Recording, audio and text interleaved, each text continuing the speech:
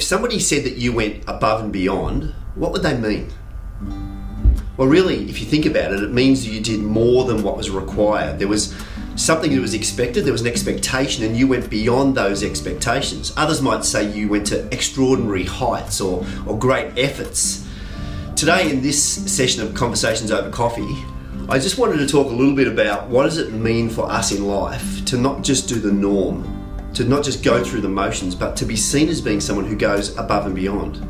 You might have heard someone say that, she was there for us in difficult times and she went above and beyond, or he went above and beyond the call of duty, or my boss did something out of the blue and gave me a day off because it was my birthday. He went above and beyond.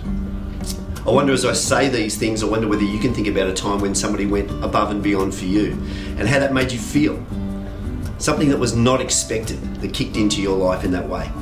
As we reflect on the life of Jesus and his followers, this whole concept of above and beyond was something that we saw regularly.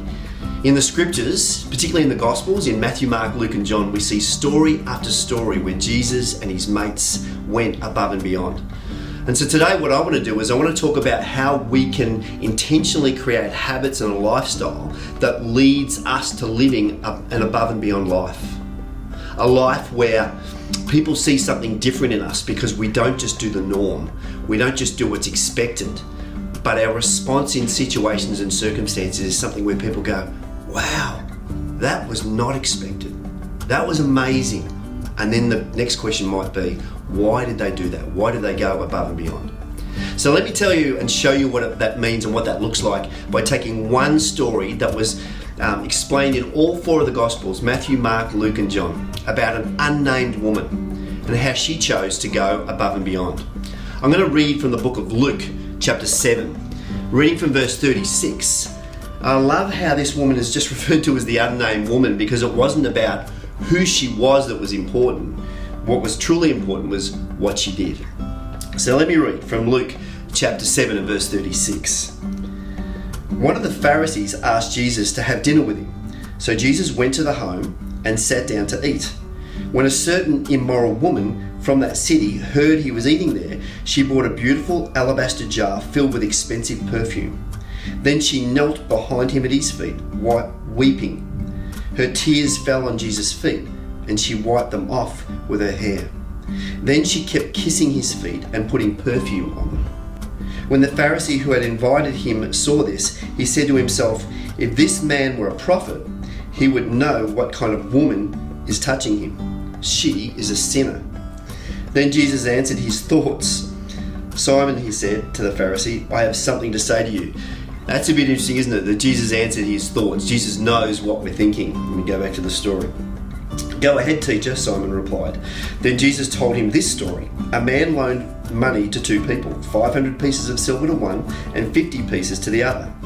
But neither of them could repay him. So he kindly forgave them both, cancelling their debts. Who do you suppose loved him more after that? Simon answered, I suppose the one for whom he cancelled the larger debt. That's right, Jesus replied. Then he turned to this woman and said to Simon, look at this woman kneeling here. When I entered your home, you didn't offer me water to wash the dust off my feet, but she has washed them with her tears and wiped them with her hair. You didn't greet me with a kiss, but from the time that I first came in, she has not stopped kissing my feet. You neglected the courtesy of olive oil for my head, but she has anointed my feet with rare perfume. I tell you, her sins, and they are many, have been forgiven, and she has shown so much love. But a person who is forgiven little shows only little love. Then Jesus said to the woman, your sins are forgiven. What a powerful, powerful story. Did you pick up that the crowds would have been waiting outside? The crowds that were following Jesus, they would have all been waiting outside of Simon Peter's house. But this woman, who's known for her immoral lifestyle, walked past them all and enters into the house of the Pharisee uninvited, braving the people's rejections, the sneers, the comments that would have been made as she walked past them all to walk in. But she did it because she wanted to get to Jesus. She went beyond the comfort and the easy to get to Jesus. You see, this woman shows an example of what it means to have faith that goes above and beyond. She didn't listen to what people were saying. She knew she had to get to Jesus and had faith to believe that he would accept her. So let me ask you, when was the last time that you put God's will before what people might think or say? When was the last time that you didn't just do the easy, but you had faith that went above and beyond? Another example that this unnamed woman brings to us is that when she arrives and she walks in, the house owner, Simon, and the others were standing there and they were despising this woman. And she pushes through the crowd and she kneels at Jesus' feet. You see, everybody knew her intention. This unnamed woman had a commitment that went above and beyond. She wouldn't let anything stop her. Nothing would hold her back. An incredible commitment to go above and beyond. So what does that mean for you? Do you press into God when things get tough? When things are coming against you? Is your commitment a commitment that goes above and beyond, that you press into God and you don't step away from him when things are tough? Do you make Jesus your refuge, just like she did? She sat at his feet. Are you totally committed to Jesus no matter what the circumstances? She had a faith that went above and beyond. She had a commitment that went above and beyond. And then the third one, really interestingly, Simon didn't welcome Jesus with a proper Jewish welcoming kiss. And Jesus pointed that out. He said, this woman who sits at my feet continually kisses my feet. And Simon, you didn't do what would be normal in a Jewish faith. You didn't come to me and welcome me with a kiss. You didn't offer to wash my feet, which is normal when you invite someone into your home in the Jewish faith.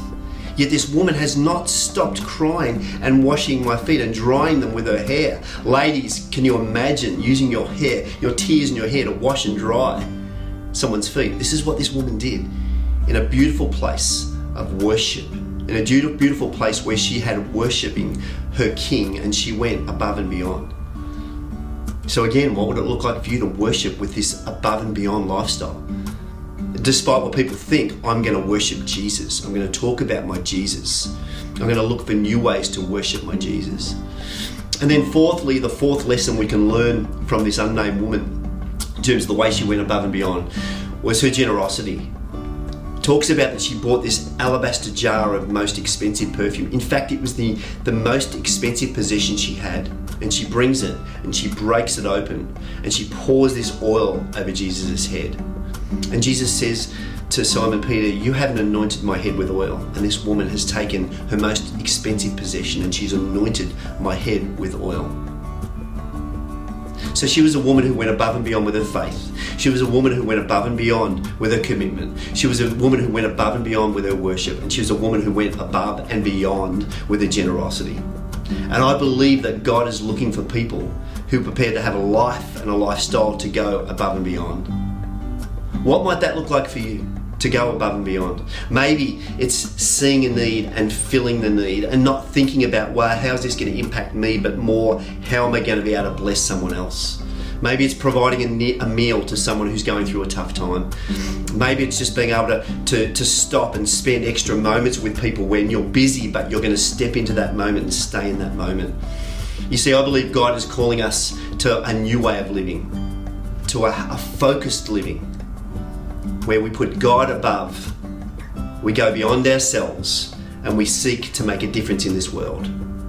So this week, what would it look like for you to not look at self, but to look at the needs, look at the world, look at others, and look at God and say, you know what? I'm going to live a life that goes above and beyond.